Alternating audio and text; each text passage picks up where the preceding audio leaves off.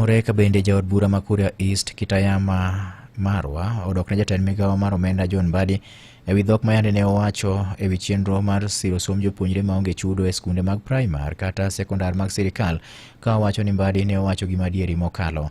Kitayama ne owacho ni adier ni sirikal osebedo ka chiwo omenda ma ok rom ne sikunde kaka ne rik oketi e chike matayo weche mag somo e pacho ka. Bende owacho jatelo no ne owacho adiera e nyim jokanyo mag komiti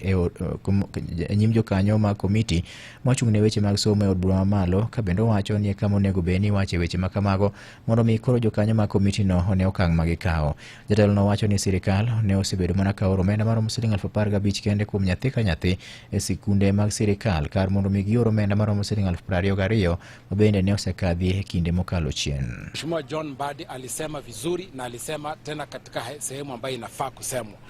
Bunge la Taifa, kamati ya elimu, kwamba sisi tuongeze pesa, yani wabunge tuongeze pesa kwa ajili ya capitation. Itoke kwenye ile iko sasa hivi 15, ifike ile ambayo inatakikana kisheria iwe 22 kwa kila mwanafunzi.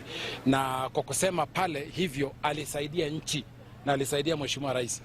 Jaod bura no kata kamano wacho ni koro gidwa jotend migepe ma koro nyalo nyiso jopiny kachiel kod od bura adiera mantie weche machando migepe magirito kar bedo ni giwuondo jopiny.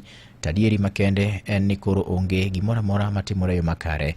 Ojiwo gi mondo mi ka giyie to giluw ling'any mar jatend migawo mochung' ne weche mag omenda pacho ka John Mbadi, ma bende nowuok e lela monyiso oganda jo Kenya kachiel kod od bura adieri mantie kaluwore gi yo ma sirikal chiwo godo omenda makonyo siro som jopuonjre kata capitation funds. Ni vizuri kuwa na viongozi sana sana mawaziri ambao wanasema ukweli.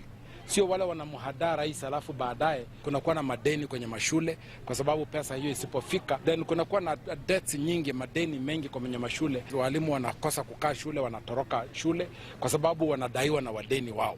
Kwa hivyo Mheshimiwa John Mbadi, endelea kusema ukweli. Na ningependa nitoe pia usia kwamba waziri wote katika serikali hii, angalia ukweli ni nini, sema, pana ogopa. Kwa sababu ukiogopa kusema utajificha nyuma ya uongo, baadaye utamwangusha Mheshimiwa Rais. Tutakapokuwa tunaenda pale mbele, watu watasema yeye hakufanya.